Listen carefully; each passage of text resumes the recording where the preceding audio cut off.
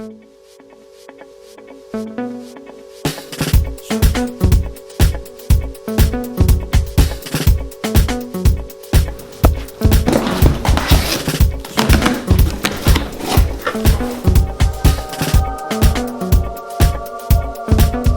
I've been working on this hoodie for 9 months now, and like with any piece of clothing, there were a lot of issues and delays and problems. There's been more delays. It's been seemingly an impossible task. This was the first one, this was the second one. And I've already talked about that a lot previously, so I don't think I need to go into even more explanation about those things. Because for 9 months, it's just been me being like, so this is wrong, and I have to fix it now. So I tried to fix something, but I messed it up more.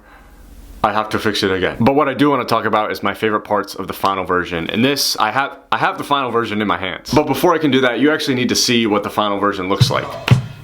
So here it is.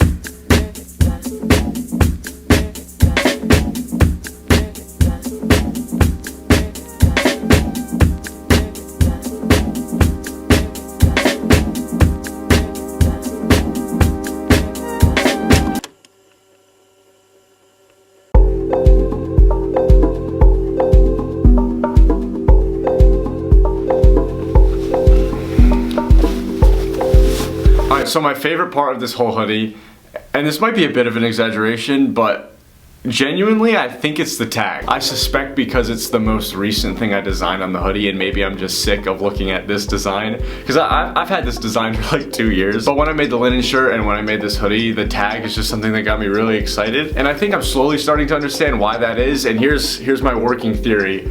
It's because I feel like a lot of the time tags on clothing items almost seem like an afterthought. It's almost as if they finish an item and then they're like, oh yeah, we gotta put a tag on this. Let's just make one with our logo and throw it on there. When I think a tag really deserves more respect than that. It does. It's a part of the clothing item, so the tag should be like a part of the design. And it's almost like, why are you not taking advantage of that space to do something cool or fun or add something to the design? I'm trying to think of like a counter argument to that. I guess maybe it would be like, well, we want our logo to be visible and we want people to recognize the brand.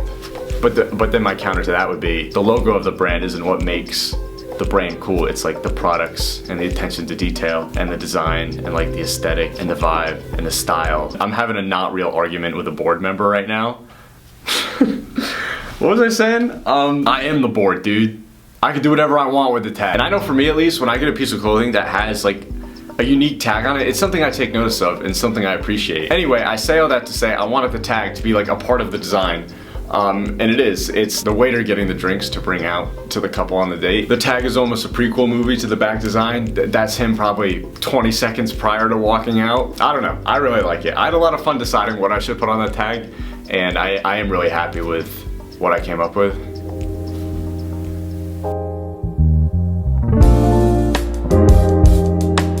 So in making this hoodie, I've talked about the fit a lot, and that's arguably like the most important part of any hoodie. Because no matter how cool the design is, how cool the colorway is, you're not gonna wanna wear it unless the fit is good. And a lot of clothing companies these days will use a lot of words like drop shoulder, oversized fit, cropped, boxy fit to try and kind of explain or sell you on it. And that's fine, like there's no problem with that. I'll probably end up using some of those words in my product description for this hoodie, but nothing can beat the eye test. If you look at a hoodie, you know pretty much immediately if you like it or if you don't like it. And most hoodies kind of fall into this like it's fine area where there's nothing exceptional about it, but it's not bad. It's just like, oh yeah, it's kind of a normal fitting hoodie. I'm not gonna lose my mind over this thing. And with this hoodie, I thought I was kind of in that gray area, towards the top of the gray area, obviously. It was like a better normal fitting hoodie. But that was kind of my mindset in working on the fit. And I didn't really have a final fit version of the hoodie till last week when I got these in, because there were like fabric shrink issues and I washed it. A lot to explain, I don't need to get into it. But when I got the final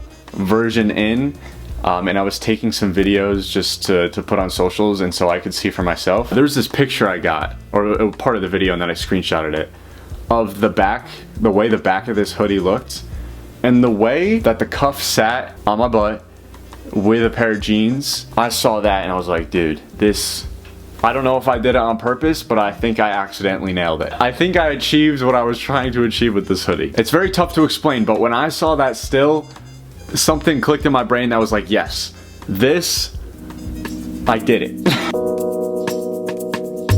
Alright, so the last thing I want to talk a little bit about on this hoodie is the back graphic. And I know I've already talked about it a lot, but I don't think I've ever mentioned where the inspiration comes from. So basically, this kind of style of artwork I've always associated with jazz music. Not because that's like the only area it's used, but that's, I think, how I was exposed to it. Because if you look at like a lot of old jazz album covers and song covers, and then you look at like current jazz and then even more like current house jazz, they all have this style. I don't even know how to describe it. It's almost like if there's humans in it, they're like weird caricatures of humans. Like this is a good example of how I picture humans drawn in this art style. Like this guy literally has a square head. It shouldn't look cool, but it does. So I've just always associated that abstract style with jazz, and it's always been like my favorite style of art. A good modern example of this is like a big jazz, he's like the biggest jazz house guy, is Berlioz, or B-E-R-L-I-O-Z. His song covers have a lot of cool artworks, but then if you like even look at his TikToks, he uses these little like animations that he'll throw his music behind to promote it, and there's something about it just itches my brain. Another good example is this animator called Silstone Arts. He'll create these animations and then oftentimes throw a little jazz music behind it, and then it will loop, or maybe he'll throw like a little drum kit behind it. All of that is kind of what I'm pulling from to make this, and I just thought like a cool little city scene would be fun. Alright, there you go. That's the explanation.